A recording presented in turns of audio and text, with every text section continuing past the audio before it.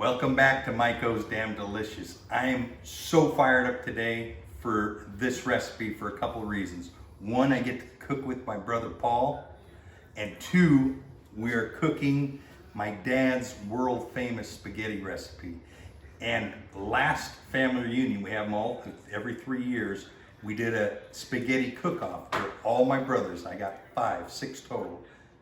Submitted an official spaghetti recipe, and Paul won hands down. So he is the official maker of my dad's spaghetti, since my dad is up there watching us right now. So let's get started. And Paul, tell us what we do first. All right, so first thing we do is we start with the sauce, start with the base. My dad was very particular the way he did things, so I'll be doing some things that you probably don't have to do at home, but I do them out of respect for my dad. Every time I cook the sauce, I think about my dad and his buddy Ron Carducci, the one that taught him how to do the sauce. They're right now watching us, so I'm gonna be very careful today we do it right. I'm gonna put this one on the side because you don't have to do this part, but I do it.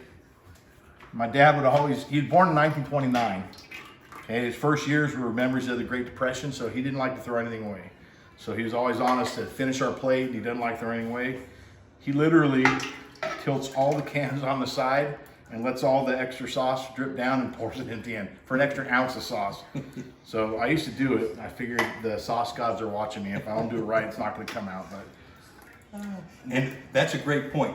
We are making what my dad called a large batch, which fed us all for one huge meal, plus leftovers the next day, and enough of a big serving for us to do it all again this time. So in the bottom where I have my recipes and how to make this, I'll break it down to a serving 6 to 8 people, or we'll also put the large batch on too. yeah, this is something we'd always have. You know, my dad would make it every couple months. He would make it maybe once a month. He'd make a big batch. We had a big family, but we could always eat it later. When I make it, I always make a big batch because we'll probably get together on a Sunday and eat it. If we have a family reunion, we'll make it. So what I have six large cans. They're 30 ounces per, and a small can of tomato sauce. Okay, so it's like, I think the large batch calls for anywhere between 180 and 195 ounces. I'm going for about 180 ounces. And then one large tomato paste, a little thicker to add a little thickness to the sauce. And then one small can. The small can is 6 ounces. And I think this just adds a little thickness to the sauce. Perfect. While he's getting that last one in, I wanted to show you the new merchandise came in. The new MODD shirts. So we got a bunch of these in stock. They come in short sleeve, long sleeve, girls cuts, the whole 9 yards. So get yours ordered. They're flying off the shelves. Subscribers get a special discount. Make sure you hit the subscribe button and notifications. Now, my dad was old school, and while I calculated, he just said cans. He always say this many cans of this. He didn't say ounces. But as far as the spices that go in here to start, we start with rosemary, and he, you know what? He never told me amounts. He just said shake, and you can always add, right? So start a little bit slow, and then as you go, you're going to taste it. And so, in fact, this one, We'll do the big. We'll let it go. Yeah, with this big a recipe, that's like right there, about a tablespoon looks like. So that's how he did. And we'll get a close up of my dad's recipe. He hand wrote it to show us all when he knew time was short. And that's part of the reason why I'm doing these videos, because I know Paul would agree, we would have loved to have my dad do some of these recipes that we grew up on and have them in a video. We didn't think about it till after he's gone. So we're starting with rosemary and marjoram. Got to have the oregano. For sure. You can already smell it. And then finally, basil leaves. And so I just shake them in, get a little pile in there, and just warm it. And then when you warm this sauce up, just like barbecuing, low and slow. Okay, you don't want to burn the sauce. And so this isn't a difficult recipe, but it just takes some time. So I usually kind of make a day of it. Check this out real quick. Yeah, I gotta finish. My Gotta dad's get every method. drop. Oh yeah. So, There, that's one more spoonful. can't tip them all over, so I'm throwing away a couple ounces. He's probably mad at me right now, but I'll be all right, Dad. All right, we're gonna get this simmering and then we'll jump to the next step. Once we get the sauce going, the next thing we want to do is sweat some onions down. Don't want to caramelize them, just want to get them translucent so that sweetness comes out a little bit. Do it in butter. Everything's better with butter. And once that's ready, we'll put them in there and we'll go to our next step. So pretty straightforward here. Put these in.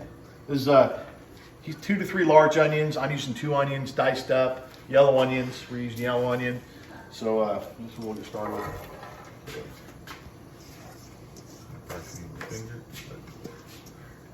Perfect. All right. You brought up a good point. At this point, you don't want to caramelize them. You don't want to get them that caramel color because that'll change the total. This is just to start the process. They'll finish in the They'll be in the sauce for several hours simmering down. You just want to get that real sharp flavor out. Just bring the sweetness out. So just add some butter, any kind of butter that you like. I guess you could do olive oil, but my dad said butter, so I'm doing butter. Now, Pablo, at this time, do we salt and pepper, or is Nope. With the onions, just in butter, and the mushroom, same thing, just butter. Don't add anything else to those. Again, we'll stir that sauce regularly. Have it on a low. Have it on a small burner at a fairly low. It's going to bring it up slowly. Stir it. Feel the pot. Not even warming it, but I'll feel it.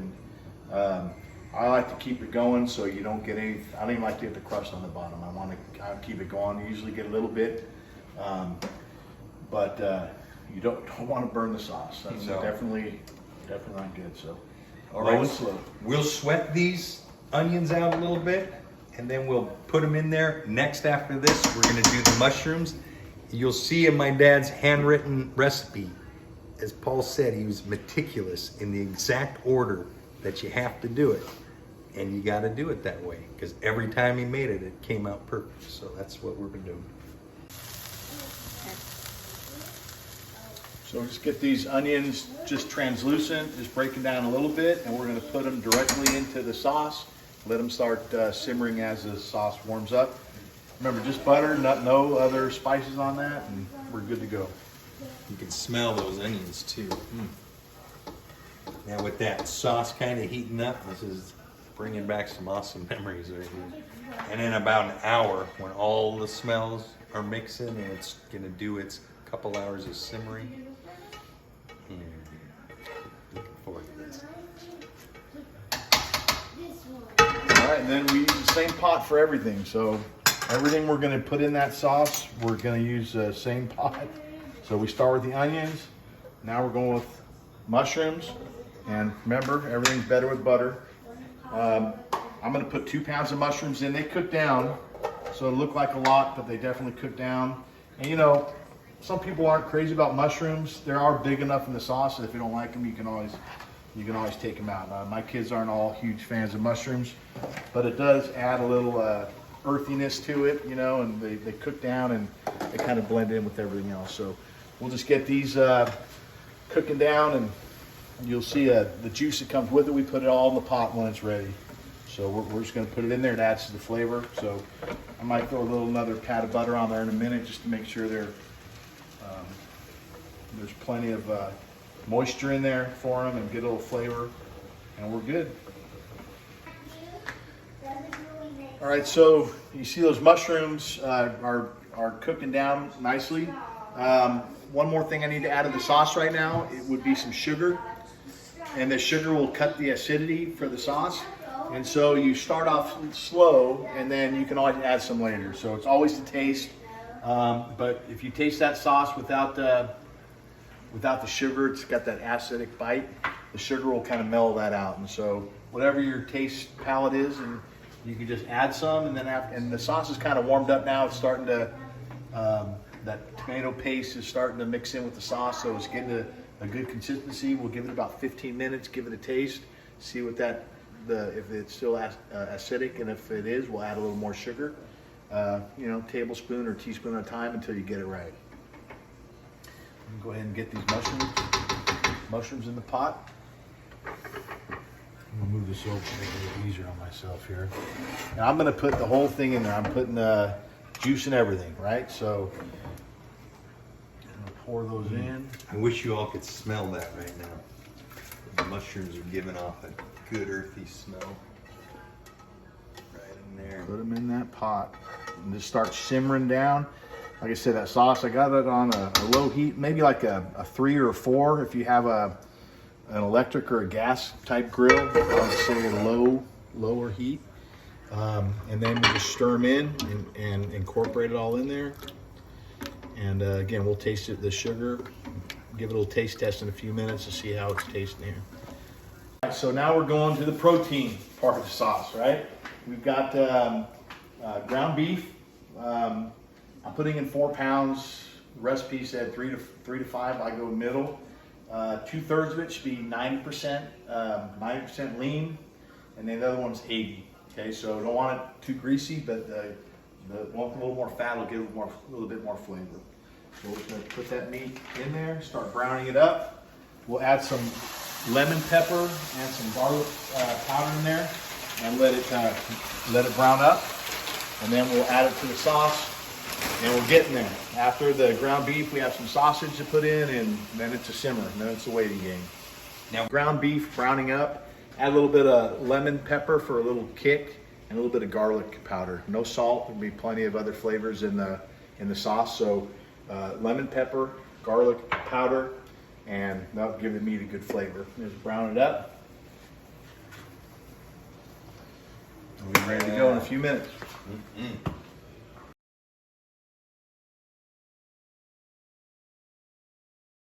This is a thing that's really important. You want to drain the meat and get the extra grease out. There's going to be a little bit in there, but you don't want greasy sauce. And so my dad was really particular about doing this, and I can't do it that way. I started using a strainer. What a great idea on that strainer. I just learned that. I would do the old method where you tip it up, but 5 pounds of meat, after 5 minutes of holding that thing, you get cramps in the arms. This way, you get it all nice and drained. You got all the fat there, because it really does make a difference. The taste. If you get rid of all that fat now, you don't have that greasy mouthfeel. So I do just a little bit at a time, kind of press it down, get all the extra out.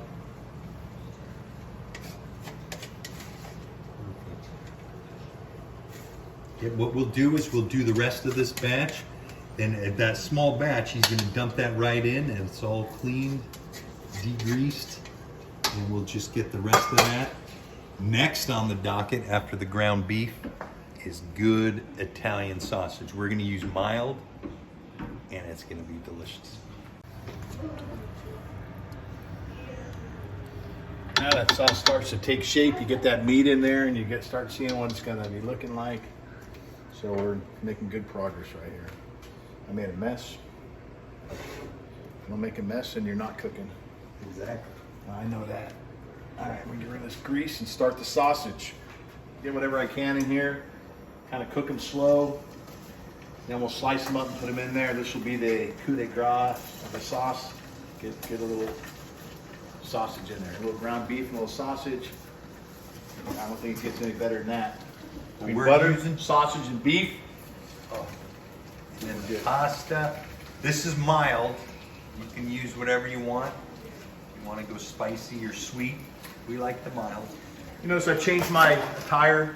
I don't have my Damn Delicious t-shirt and my Damn Delicious apron. Not yet. But I think it's on order. And so I'm going with my flowery one that I do when I'm cooking by myself. That's all right. That We're is good. With my little splatter guard. Yeah, this grease can get a little wild on this Italian sausage, so either apron up or get your little cover there. It's also really good for bacon, cooking bacon. Oh yeah, see, bacon this is not, but sausage it is, and it'll splatter. So keep my shirt clean, my glasses clean. Grease hard to get off those glasses. Good. Listen to the sound of that Italian sausage cooking. Here we go. We're gonna get it all cooked as thoroughly as possible, and then we're gonna take it out and then slice it into little rings of goodness. All right, so just brown up that sausage. We're going to cut them in some little slices. And so, Look at when you that. break one like that, then you got to eat that one. It's beautiful. And if I feel like they're not quite there, I'll just throw them back in the fire in a minute and let them finish. But these look pretty good. Those do look good because And they'll then- do some cooking. Oh, they'll residual definitely. cooking. They got another 3 hours. Once this, the sausage is the last step here, and then after that, it's just simmer time. Nobody likes an end piece here, right? I'll do that one. Nobody likes the end. I'll do that. But you should smell this kitchen and all those flavors. Don't mind my knife skills. I'm not professionally trained. As long as I don't lose a finger, I'm good. I cannot wait for this. I'm a recreational one dish. We'll get the rest of this. Look at him. He'll even take that, put it onto the paper towel and let it soak up some of that leftover grease. Definitely want to grease, right? Want to keep away from the grease. So My dad would be loving that. He'd be loving it. he'd probably saying, "Put it back. We got to put it back for another minute or two." But we'll see. The other ones are cooking. We'll see how they come out. But I think we're heading in the right direction. All right. After we cut this all up, I think there's just the last, but one of the most important ingredients that's coming up here in a second. Here we go. Check Okay. that out. So this would give that little extra morsel in there. Got about 9 links of sausage in here, sliced thinly. We're gonna put it right in there, kind of dab them off, and just let them simmer.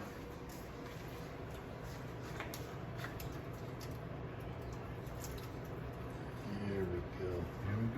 Like butter. Now, last thing that we normally put in, which will give it a little depth of flavor, some red wine.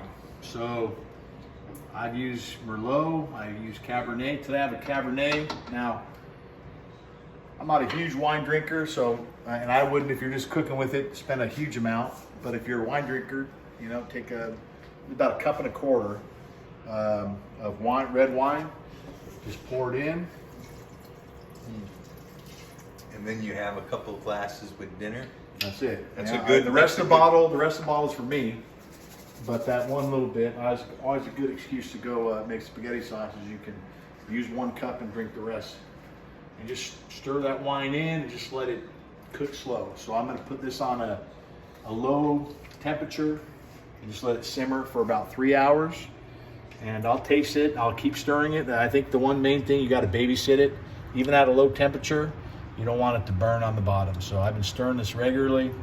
And I think right now, like I said, if I stir on the bottom, I can't feel any crust down there, so that's good. I just kind of feel the side of the pot, nice and hot. So now it's just a matter of letting it cook down. Okay, so as we're kind of stirring this up, the test I always have to make sure it's the right consistency. That spoon can stand up by itself. It's about right. And so plenty in there, a little bit of body to it, and a few other things you might think about adding depending on your palate. My dad used to maybe put in a dash of Worcestershire or like steak sauce, just a dash, occasionally even half a beer. And just to add, sometimes it's a little thick, you add a little something in there, not water, or even the sauce will throw off the balance. The beer seems to mellow it out and add some liquid. So you would never add all that stuff on the same batch, but if you have something around, just a dash in there, you can always experiment. It's always a little different. It's never the same because there's some things my dad, I don't think he wanted everyone to be able to just make that thing. So he kept a few little things to himself. So it's always a little different, but the flavor is always pretty similar. Here we go. We still got a couple more hours for it to simmer, but I always love doing this. Just a little dip of bread in there.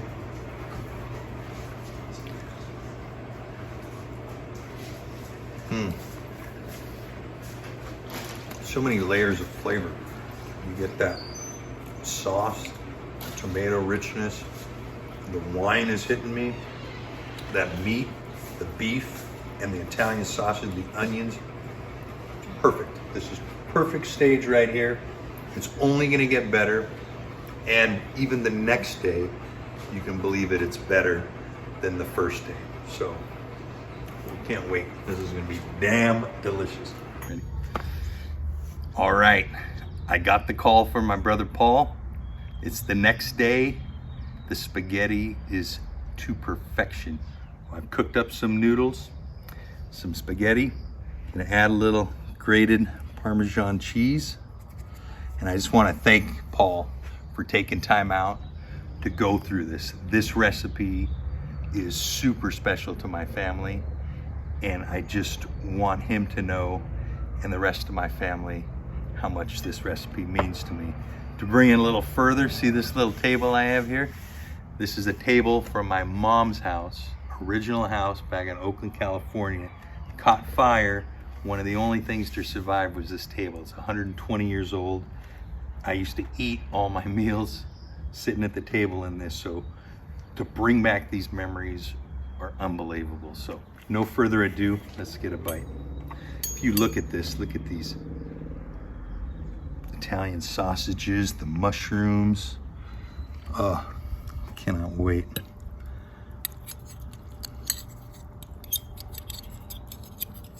Let's get some of that. Definitely one of these. Let's do this.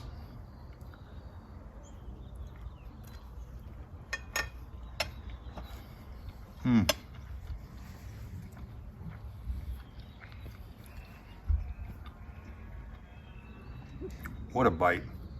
Such a good taste. And it's common for a big Italian family to talk with your mouth full, pasta all over your face, laughing, having a good time. So I hope you all enjoy this meal as much as we do. Thank you. And it is damn delicious. Thanks, Dad.